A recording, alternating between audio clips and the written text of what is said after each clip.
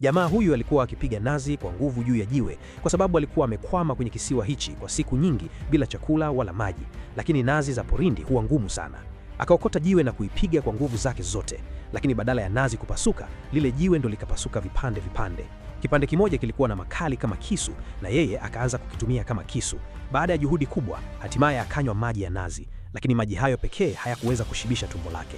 Akaamua kuvua samaki baharini ili apate chakula, lakini alikuwa amepoteza viatu vyake wakati ndege ilipoanguka. Alipoingia kwenye maji ya ufukweni, mawe makali yakakata vibaya miguu yake. Hivyo akachana suruali yake na kutengeneza viatu vya kitambaa, kisha akapanda juu ya kilima akitumaini kupata msaada. Lakini alipofika huko juu, hakuona chochote isipokuwa bahari isiyo na mwisho pande zote. Wakati alipokuwa karibu kupoteza matumaini, akaona kitu karibu na ufukwe. Alikuwa ni mtu. Akakimbia chini na kuogelea kuelekea huko. Lakini alipokaribia, akagundua alikuwa ni mfanyakazi mwenzake aliyekufa.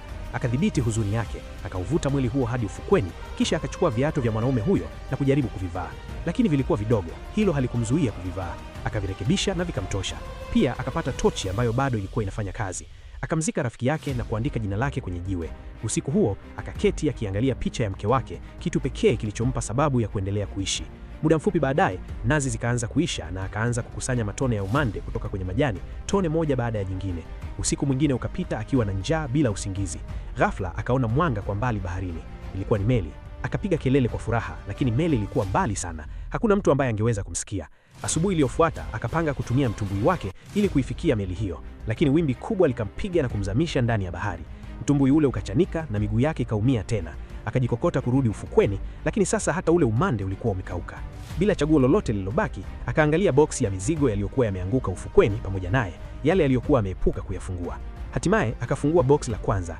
Ndani yake kulikuwa na kanda za video. Maboksi mengine yaliyofuata yalikuwa na vitu visivyo na maana: mpira wa volleyball, karatasi za talaka na viatu vya kutelezea. Lakini alipoona kisu kikali cha chuma cha kiatu hicho, akakitumia kupasua nazi kwa urahisi.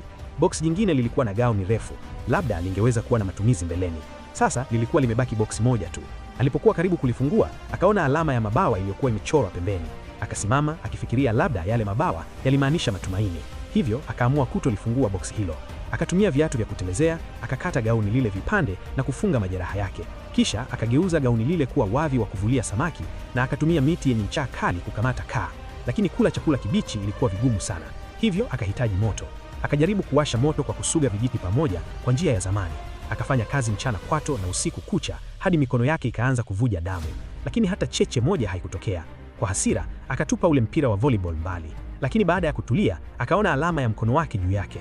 Hilo likampa wazo. Akachora uso uliotabasamu kwenye mpira ule na kuupa jina Wilson.